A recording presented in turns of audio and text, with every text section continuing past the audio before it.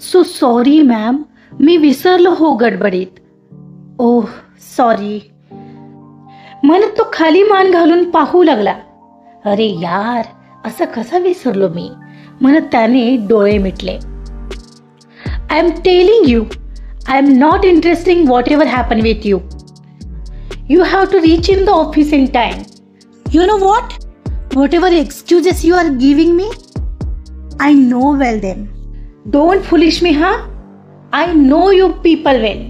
सगळे बहाणे पाठ आहेत तुम्हा एम्प्लॉईजचे मला. सो माझ्या समोर चालणार नाहीये मिस्टर आरुष. आपण ऐकत आहात इश्क रिस्क या कथेचा पुढचा भाग. पुढचा भाग सुरू करण्याआधी प्लीज माझ्या चॅनलला सबस्क्राईब करून घ्या आणि आधीचे पार्ट ऐकले असल्याची खात्री करून घ्या. चला सुरुवात करतेय इश्क रिस्क भाग 9. तिथलं तंग झालेलं वातावरण पाहता आता काय होणार आहे याची शाश्वती करताच येत नव्हती. आणखी काय पाहावं लागेल या भीतीने मिस्टर अखिलना तिथं त्या केबिनमध्ये आता थांबावं असं वाटतच नव्हतं. मॅम, मी रिपोर्टचं तेवढं पाहतो म्हणत मिस्टर अखिल उठले आणि केबिन बाहेर निघून गेले.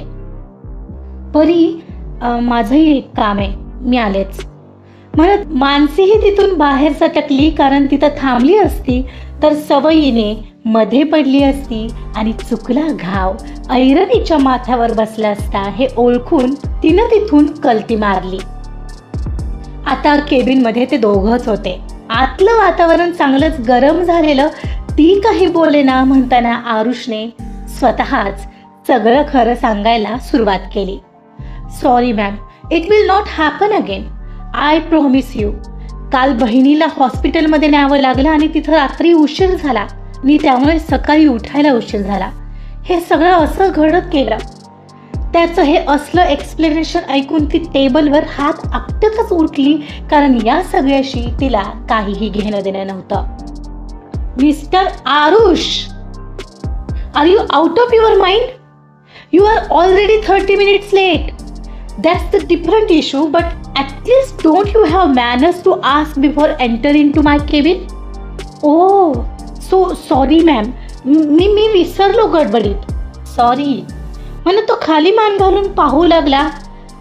अरे यार, असं कसं काय विसरलो मी म्हणून त्याने डोळे मिटले. I am telling you, I'm not interested in whatever happened with you. You have to reach in the office in time. You know what?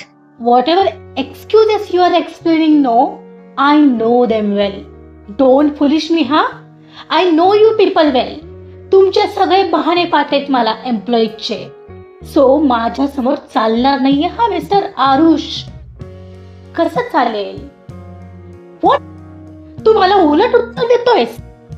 I mean कसं चालेल ना मॅम, कारण तुम्हा बॉस लोकांना सुद्धा खोटंच ऐकायची सवय लागलेली असते ना.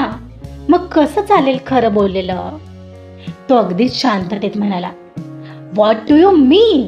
Now you are teaching me? No, not at all. I mean to say, मी काय कोणीही खोटं बोललो तर तुम्ही बॉस लोक सूट देत असता. पण मी तर खरं सांगितलं ना तुम्हाला. कधी कोणी तुम्हाला मला उठायला उशीर झाला म्हणून लेट झालं असं सांगितलंय का? पण मी सांगितलं. काय आहे ना, खोटं ऐकायची सवय लागली आहे तुम्हा बॉस लोकांना. कारण खरं ऐकल्यावर आपण लोक एम्प्लॉईजचे ऐकूनच घेत नाही की कसली सूटही देत नाही. मग ते खोटे बहाणेच सांगणार ना. मग ही चूक कोणाची आहे? इथं मी बॉस आहे, तुझं लेक्चर ऐकायला नाही आले हा. आणि मी ते तुम्हाला देतही नाहीये. खरं काय ते सांगतोय जस्ट. बघा विचार करून. मी जे झालं ते खरं सांगितलं होतं. मी ते पुन्हा होणार नाही असंही बोललो. आणि असं होणार नाही हा माझा प्रयत्न नक्कीच असेल. बट तुम्ही त्याला बहाणेबाजी म्हणालात. सो मी माझं उत्तर दिलं, इतकंच. Whatever mister Aarush, listen me carefully. This is not going to be tolerated. You should be on time by tomorrow. आणि आज काम झाल्याशिवाय अजिबात घरी जायचं नाहीये, सांगून ठेवते. Now go to your place. Okay, thank you. शांतपणे उत्तर देत तो निघूनही गेला. तिला मात्र आतल्या आत चिडचिड होत होती. तो त्याच्या केबिन मध्ये आला आणि त्याच्या खुर्चीत बसला. दोन्ही हात एकमेकांत गुंफले आणि डोळे मिटून डोक्यावर हलके चापटू लागला. डोकं दुखू लागलं असेल ना? कॉफी घेणार का आरुष? आज आल्या आल्या लेक्चर मिळालं ना? आता काय सवय करून घे बाबा याची, अखिल म्हणाला. हा, खरंच लागेल आता मला कॉफी अखिल सर, तो हरवलेला भानावर येत म्हणाला. अरे सर काय, मला अखिल बोललास तरी चालेल, मी फार मोठं नाहीये तुझ्यापेक्षा. खरंच चालेल?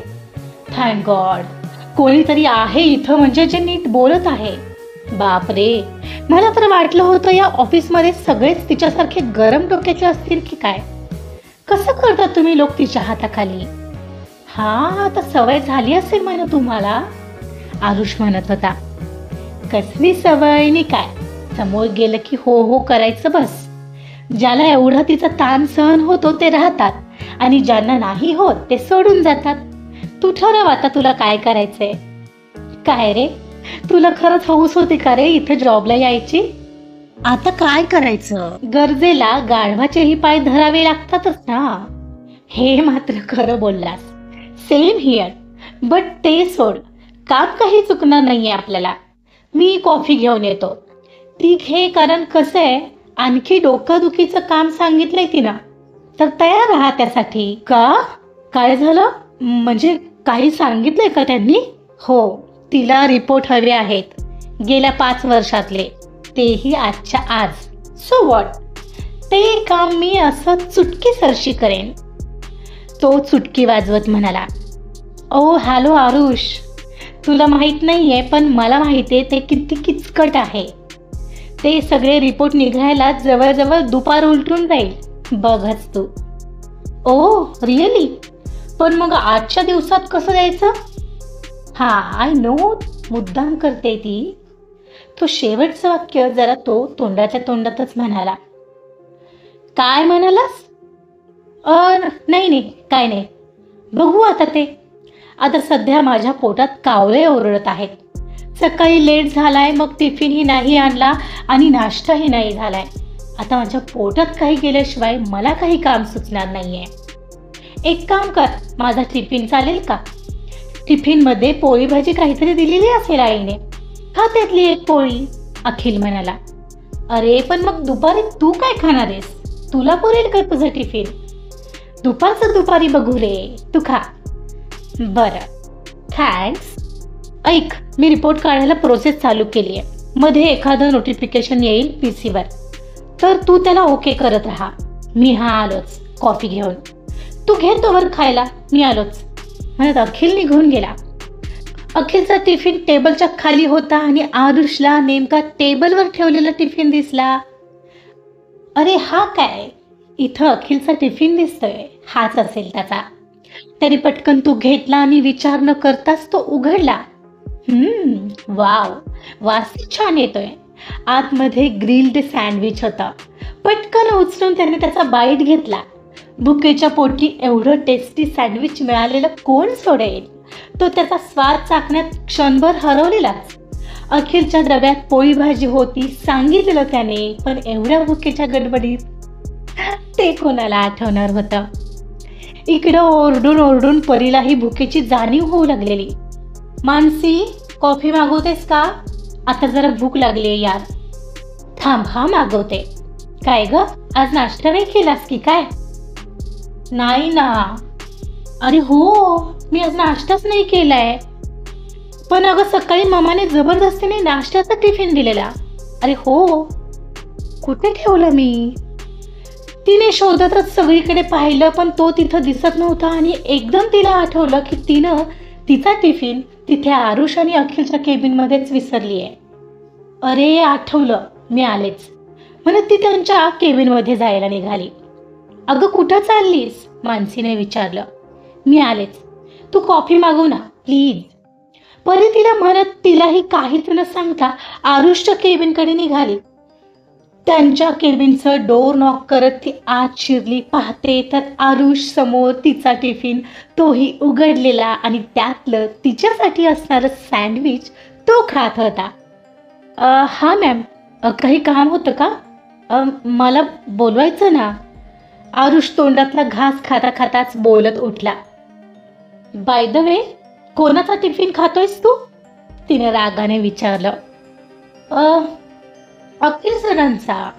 काय मस्त सँडविच आहे, तुम्ही खाणार का? ओ सॉरी, बट आय थिंक हे शेवटचंच होतं. तो लगेचच टिफिनमध्ये चेक करत बारीक तोंड करत म्हणाला. मॅम तुम्ही इथं, काही काम होतं का तुमचं? एवढ्यात अखिलही आत आला. मिस्टर अखिल, हा तुमचा टिफिन आहे?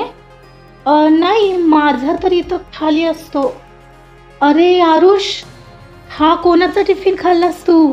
तोही आरुषला विचारू लागला. तसं पुन्हा खूप मोठी चूक केली की काय असं प्रश्नचिन्ह त्याच्या चेहऱ्यावर उमटलं.